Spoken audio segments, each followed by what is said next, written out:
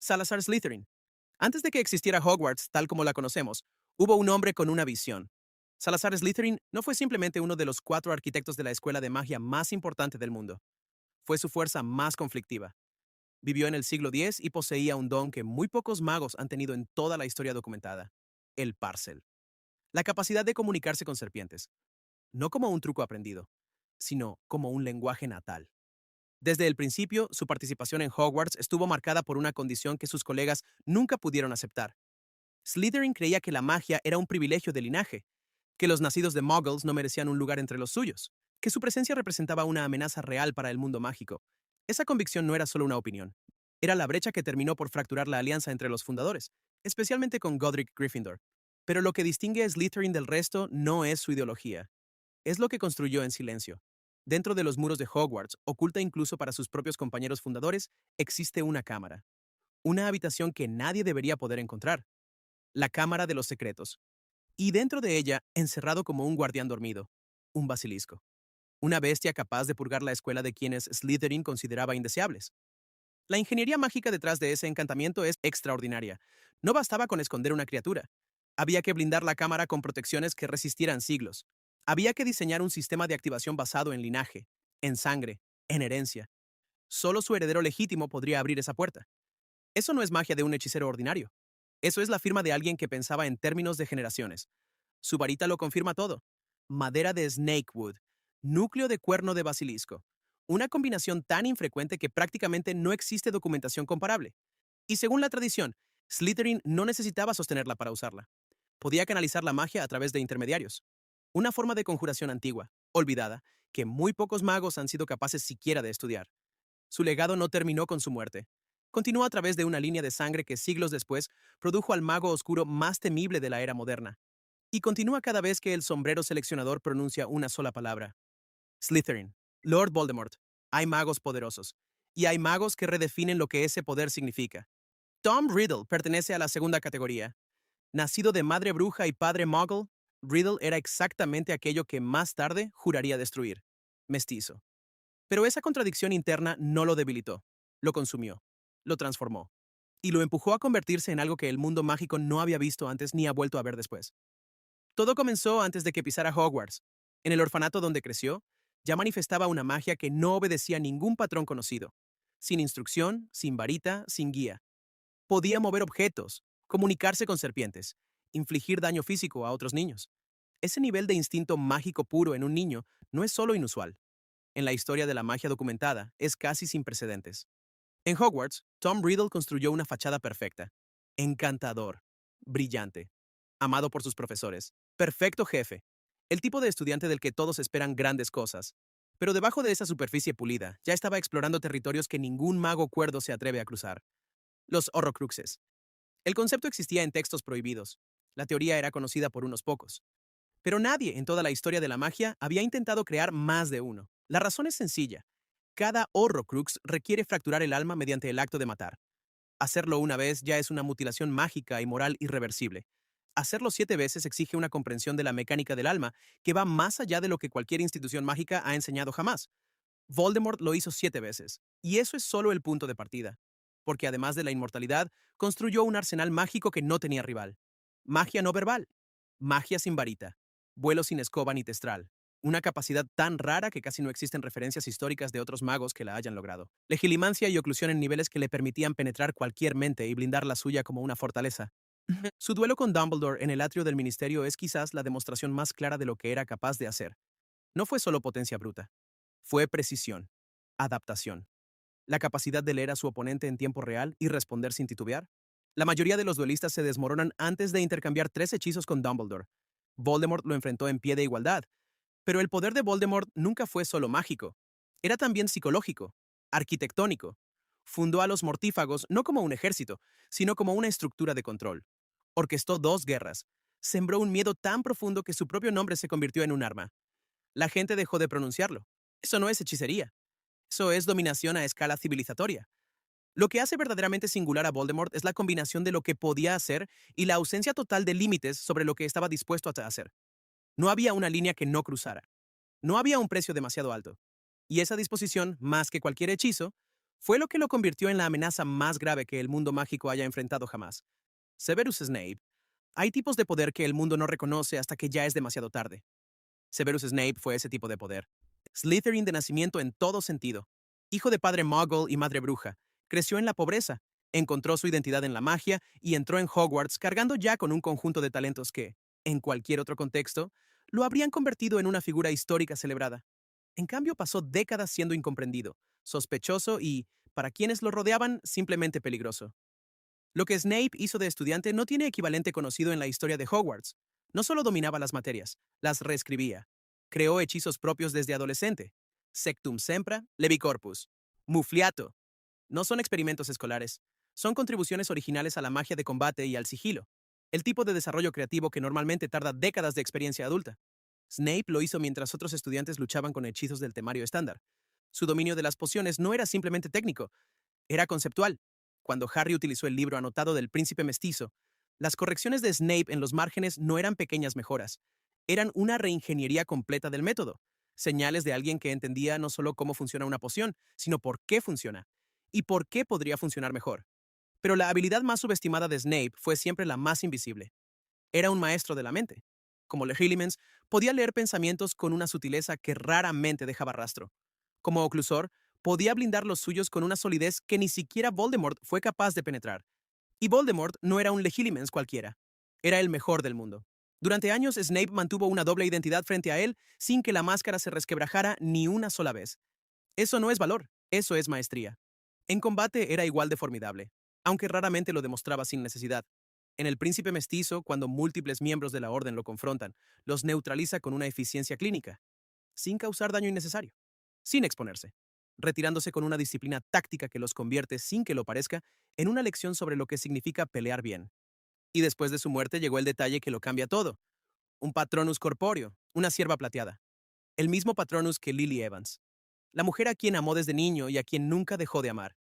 Que Snape pudiera conjurar esa forma de magia, la más pura que existe, la que requiere una emoción genuinamente luminosa, mientras vivía rodeado de oscuridad, traición y dolor sostenido durante décadas, dice algo sobre él que ningún duelo podría revelar. Snape no usó su poder para dominar, lo usó para proteger en silencio, siendo odiado por todos, incluidos aquellos a quienes estaba salvando. Esa es la forma de poder más difícil de todas, Merlín. Hay nombres que el tiempo no borra. Hay nombres que el tiempo convierte en algo más grande que una persona. Merlín es uno de ellos. En el mundo mágico, Merlín no es una leyenda. Es historia. Fue real, asistió a Hogwarts poco después de su fundación y fue seleccionado en la casa Slytherin. Ese dato, por sí solo, debería hacernos repensar lo que Slytherin representa en su forma más pura. Porque Merlín no era un supremacista de sangre. Era todo lo contrario. Defendía activamente el trato justo hacia los nacidos de Muggles, en una época en que esa posición era radical. Usó los rasgos de Slytherin, la ambición, la astucia, la capacidad de ver lo que otros no ven. No para excluir, sino para construir. El alcance de su habilidad mágica era de una categoría completamente diferente. Los registros históricos del mundo mágico lo describen como el hechicero más dotado de su tiempo, y probablemente de varios siglos a su alrededor. Dominaba la transfiguración, los encantamientos y la magia defensiva a niveles que excedían lo que cualquier institución de su época era capaz de enseñar. Se le atribuye la invención de hechizos que todavía se usan, la creación de artefactos cuya mecánica no ha sido completamente comprendida, y el diseño de los primeros marcos estructurados para la educación mágica en Europa. Eso último es quizás su contribución más silenciosa y más profunda. Merlín no solo era poderoso, creó los sistemas que permitieron que otros magos aprendieran a ser poderosos. Transformó una habilidad individual en una tradición transmisible, en un legado.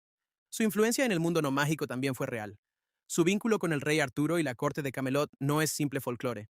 Desde la perspectiva del mundo mágico, fue un intento deliberado y sofisticado de guiar al liderazgo Muggle hacia una coexistencia funcional con la comunidad mágica. Un proyecto político de una complejidad que requería tanto poder mágico como control diplomático extraordinario. El mayor honor que el Wizengamot puede otorgar lleva su nombre, la Orden de Merlín. Primera, segunda y tercera clase. El hecho de que el reconocimiento más alto del mundo mágico sea, literalmente, ser comparado con él, dice más que cualquier descripción. Merlín representa el techo de lo que Slytherin puede producir cuando su ambición se orienta hacia algo más grande que el poder por sí mismo. No un destructor, no un tirano, un arquitecto de civilizaciones. 1000 años después, su nombre todavía resuena. Bellatrix Lestrange. Hay brujas poderosas. Y hay fuerzas de la naturaleza con varita. Bellatrix Lestrange era lo segundo.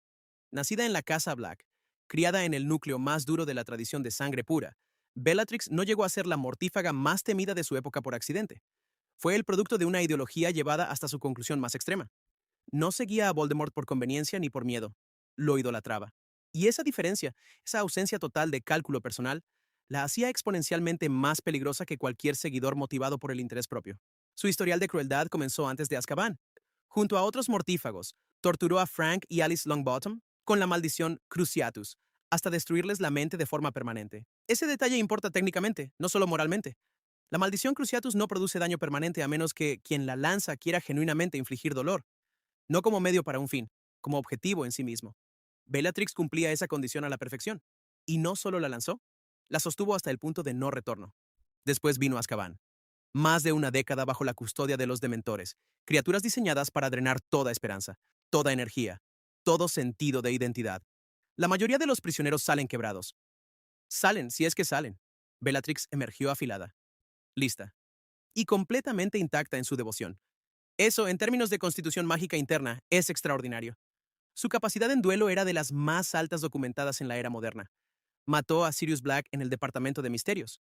Durante la batalla de Hogwarts, fue la última mortífaga en pie cuando todo a su alrededor se derrumbaba, manteniendo a raya a múltiples oponentes simultáneamente. Cayó al final, no por falta de habilidad, sino porque la arrogancia que la hacía letal también fue su punto ciego. Peleaba con magia no verbal. Usaba la aparición y desaparición como herramienta ofensiva en espacios cerrados. Creaba escudos y manipulaba entornos con una velocidad que no dejaba tiempo para reaccionar. Y lo hacía con una imprevisibilidad que paralizaba incluso a duelistas experimentados. Fuera del combate directo, dominaba la oclusión con suficiente solidez para resistir interrogatorios mágicos. Y en la mansión Malfoy, demostró que su crueldad no era solo instintiva, sino también táctica, capaz de extraer información mediante tortura psicológica y mágica con una eficiencia brutal. Bellatrix no era una estratega. No construía redes ni diseñaba estructuras de poder. Era otra cosa. La expresión más pura y más aterradora de lo que ocurre cuando el talento mágico se combina con la ausencia absoluta de contención. No calculaba, no dudaba, no se guardaba nada. Y en la historia oscura de la casa Slytherin, pocas figuras han sido tan devastadoramente eficaces en lo que vinieron a hacer. Horace Slughorn. No todo el poder se mide en duelos ganados o en ejércitos comandados. Horace Slughorn lo entendía mejor que nadie. Durante décadas fue el maestro de pociones de Hogwarts. Y esa descripción no le hace justicia, porque Slughorn no era simplemente un docente competente. Era alguien cuyo dominio de la alquimia mágica y la química encantada alcanzaba cotas que muy pocos magos de cualquier disciplina logran igualar. Pociones como Felix Felicis, Amortentia o Multijugos no son ejercicios de práctica. Son obras maestras técnicas que requieren sincronización milimétrica, ingredientes de rareza extrema y una comprensión teórica que va mucho más allá de seguir instrucciones. Slughorn no seguía instrucciones. Él las escribía. Pero lo que hace a Slughorn verdaderamente notable dentro de la historia de Slytherin es lo que ocurrió en una conversación con un joven Tom Riddle. Un estudiante le preguntó sobre los Horrocruxes. Slughorn respondió: ese intercambio que Slughorn pasó el resto de su vida tratando de borrar de su memoria y de la de todos los demás, revela algo crucial. Entendía esa rama de la magia a un nivel que prácticamente nadie en el mundo mágico ha alcanzado. La mecánica de fragmentar el alma, de anclarla a un objeto, de construir una barrera contra la muerte, no es conocimiento accesible, es conocimiento profundo. Y Slughorn lo tenía. Su capacidad de oclusión, generalmente subestimada, es otro indicador de su verdadera talla. Durante años resistió los intentos de Albus Dumbledore de recuperar el recuerdo original de esa conversación. No solo lo bloqueó, modificó el recuerdo. Lo alteró desde dentro, reemplazando la información comprometedora con una versión inofensiva. Hacer eso con la propia memoria, sin dañar la mente en el proceso, es una forma de magia extraordinariamente avanzada. Y sin embargo, Slughorn lo ejecutó con suficiente precisión como para engañar al mago más poderoso de su generación durante años. Y luego está su verdadero talento: las personas. El Club Slug no era solo una cena con estudiantes prometedores, era una red de influencia cuidadosamente tejida que se extendía décadas hacia el futuro. Slughorn tenía el ojo clínico para detectar el talento antes de que se manifestara plenamente, y la habilidad social para convertir esa detección en relaciones duraderas. Ministros, aurores, celebridades, figuras de poder en todos los ámbitos del mundo mágico pasaron por esa mesa, y todos le debían algo. Nunca necesitó una varita apuntada a nadie para conseguir lo que quería, aunque cuando la situación lo exigió, demostró que también podía apuntar. Durante la batalla de Hogwarts, combatió junto a McGonagall y Shacklebolt contra Voldemort. Sobrevivió. en un campo donde muchos de los mejores magos del mundo no lo hicieron. Hay una razón para eso. Regulus Arcturus Black. La historia recuerda a los que ganan guerras. Rara vez recuerda a los que las voltean desde adentro. Regulus Black fue lo segundo. Criado en la casa Black con todos los valores que eso implica. Seleccionado en Slytherin. Iniciado como mortífago siendo prácticamente un adolescente. En la superficie, el perfil exacto de un seguidor leal del Señor Oscuro. Y durante un tiempo, eso fue exactamente lo que era. Pero Regulus tenía algo que la mayoría de los mortífagos no tenían. La capacidad de ver lo que tenía frente a sus ojos sin apartar la mirada. El momento de ruptura llegó cuando Voldemort eligió al elfo doméstico de la familia Black, Creature, para probar la seguridad de uno de sus objetos más secretos, un medallón encantado, protegido en una cueva remota, detrás de una poción diseñada para devastar a quien la bebiera. Creature fue usado para la prueba y abandonado allí para morir. Solo la orden directa que Regulus le había dado previamente lo obligó a regresar. Regulus lo procesó todo. Dedujo que el medallón era un Horrocrux. Comprendió que Voldemort había encontrado la forma de anclar fragmentos de su alma a objetos físicos para alcanzar la inmortalidad. Y lo hizo solo, sin guía, sin la Orden del Fénix, sin Dumbledore, años antes de que cualquiera de ellos llegara a la misma conclusión. Entonces diseñó un plan que, en términos de audacia, pocas acciones individuales de toda la guerra pueden igualar. Ordenó a Creature que lo llevara a la cueva. Bebió la poción, él mismo, la misma que más tarde reduciría a Dumbledore a un estado de delirio y sufrimiento extremo. Recuperó el Horrocrux original. Dejó una copia falsa con una nota. R.A.B. Ese acto requería entender cómo funcionaban los encantamientos del linaje de Voldemort. Requería anticipar su arrogancia, la certeza de que nadie sería capaz de penetrar sus protecciones. Requería explotar el único resquicio disponible, la servidumbre mágica de un elfo doméstico, invisible para quien no supiera mirar. Regulus no salió de esa cueva. Los Inferi del lago se lo llevaron en el camino de regreso. Pero el medallón siguió su curso. De Grimmauld Place a manos de Mundungus Fletcher, de ahí a Dolores Umbridge y finalmente a Harry Potter. Cada eslabón de esa cadena comienza con la decisión de un joven de 19 años que eligió hacer lo correcto aunque eso lo matara. Ese es el tipo de poder que el mundo raramente reconoce. Dolores Umbridge. No todos los monstruos usan capas oscuras. Algunos usan suéteres rosa y sonrisas que no llegan a los ojos. Dolores Umbridge construyó su poder de una forma que la distingue de cualquier otro Slytherin de esta lista. No necesitaba crear horrocruxes ni diseñar cámaras secretas. No necesitaba un ejército ni una varita especialmente poderosa. Necesitaba algo mucho más accesible y mucho más difícil de combatir. Un sistema que obedecer y los contactos correctos dentro de él. Su ascenso en el Ministerio de Magia fue el resultado de una combinación de encanto estratégico, burocracia sistemática y una habilidad casi sobrehumana para identificar a quién había que complacer en cada momento. Llegó a subsecretaria principal del ministro, una posición que le daba acceso a todos los departamentos, la capacidad de moldear políticas y, más importante, la impunidad para hacerlo envuelta en el lenguaje del orden. Cuando llegó a Hogwarts como profesora de defensa, tardó semanas en desmantelar el currículo práctico bajo el argumento de la seguridad. Cuando los estudiantes resistieron, los mecanismos ya estaban en marcha. Gran Inquisidora, directora, más de 100 decretos educativos, el escuadrón inquisitorial, la escuela entera convertida en un aparato de vigilancia y control.